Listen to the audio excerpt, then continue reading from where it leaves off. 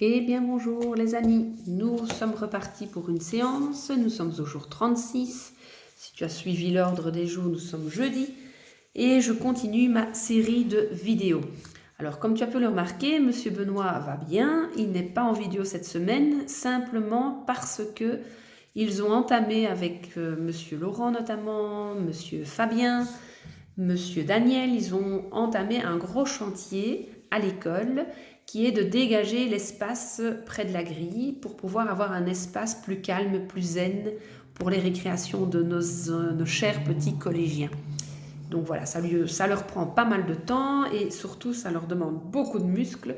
Donc moi personnellement je n'en ai pas assez et je préfère faire les vidéos à sa place. Voilà, je vous ai d'ailleurs mis quelques photos dans le mail qui vous montrent l'état des travaux.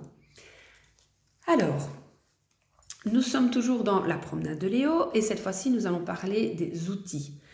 Même chose, tu as normalement la suite des feuilles. Alors, je vais simplement t'expliquer calmement ce que tu dois faire et encore une fois, tu dois le faire tout seul.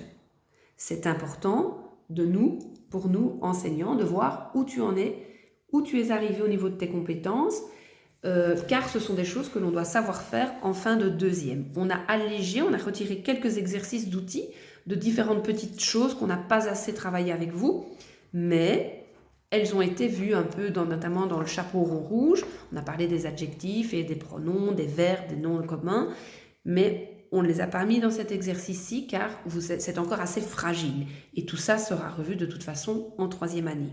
Par contre, les 4 exercices que l'on vous demande là maintenant, ça serait très intéressant de savoir les faire tout seul, sans l'aide de maman ou de papa près de toi, ou avoir maman ou papa qui sont près de toi et qui te regardent et qui voient que tu fais une erreur. Donc non, tu t'installes tout seul sur une table, à un bureau, et tu vas travailler. Et à la fin, tu demandes à tes parents de faire une photo et de nous les envoyer, comme on a déjà fait ça hier. Ok ? Alors, l'exercice 5, qui est ici, on l'a déjà fait aussi plusieurs fois.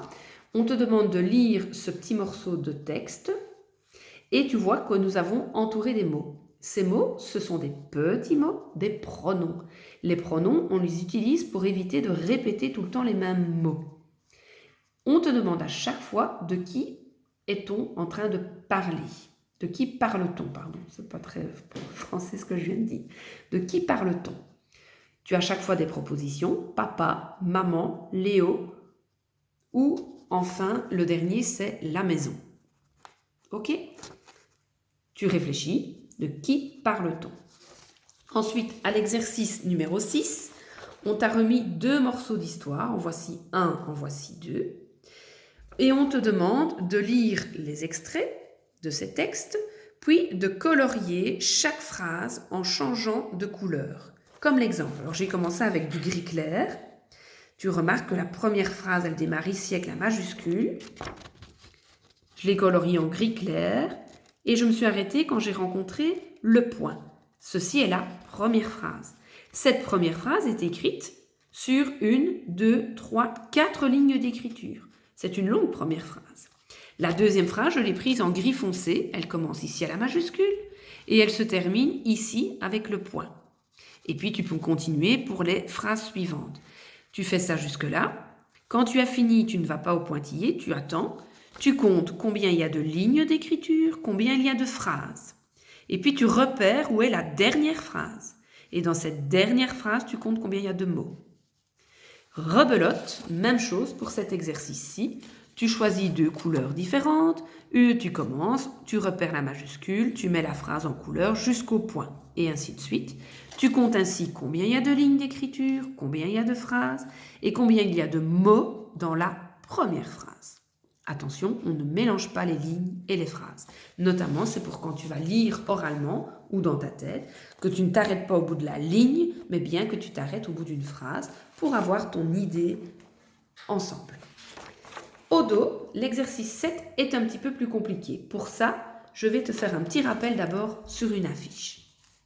Tu écoutes bien et puis après tu pourras travailler. Alors, histoire de faire les poussières de ton cerveau, je t'ai ressorti le Cléo Car dans le Cléo, on a déjà travaillé les accords de l'adjectif. On a fait ça avant le confinement et on avait observé que une fois que c'était au masculin, au féminin, exemple gris, grise, grise avec le S, noir, masculin, singulier, noir, féminin, singulier, noir avec le S quand il y en a plusieurs, et là, noir quand c'est au féminin, pluriel. Ok ? Ça permet de te rappeler, s'il faut, tu peux retourner dans ton Cléo pour te rappeler de cette activité. Suite à ça, j'ai noté 2 phrases sur une affiche pour t'expliquer ce que tu vas devoir faire sur ton exercice. Léo a reçu un beau vélo. Imaginons que Léo, on change la phrase, ça s'appelle, on va faire varier la phrase. Léo a reçu des. Le D ici va faire changer pas mal de choses au niveau de l'orthographe. Léo a reçu des. Alors on reprend toujours les mêmes mots. On va recopier le mot beau, des beaux. Mais vu qu'il y en a plusieurs, vu que ça se termine par un U, je vais mettre un X. Léo a reçu des beaux vélos. Mais vu qu'il en a reçu plusieurs, on va mettre un S. C'est ce qu'on appelait les lunettes du pluriel. Est-ce que tu t'en rappelles? Un autre exemple, Pierre a un joli chien. On imagine que Pierre n'a pas un chien, mais une chienne. On est au féminin. Pierre a une jolie. Alors tu l'entends à l'oreille que ta phrase elle change. Une jolie, puisqu'on a une ici. Là on avait un. Une jolie chienne. Alors chienne, on ajoute le E et on double le N. Si on en avait eu plusieurs, on pourrait dire Pierre a des jolies. Là, je mets un E et un S puisque c'est féminin pluriel. Chienne. Et là, on rajoute le S également. Ça va? Tu te rappelles de cette activité-là que nous avions faite dans le Cléo? Eh bien, on va te demander la même chose ici. Donc, tu vas d'abord lire tes phrases tout haut parce qu'en lisant, tu entends déjà une partie de tes réponses. Léo a une idée. Léo a des idées. Ses parents ont des gros paquets pour lui. Attention, là, il y en a plusieurs. Des. Ses parents ont un gros paquet pour lui. Donc, tu vas écrire gros paquet. Un bon petit chocolat chaud, ça donne des biscottos. Si on n'a pas un bon petit chocolat chaud, mais qu'on en a plusieurs.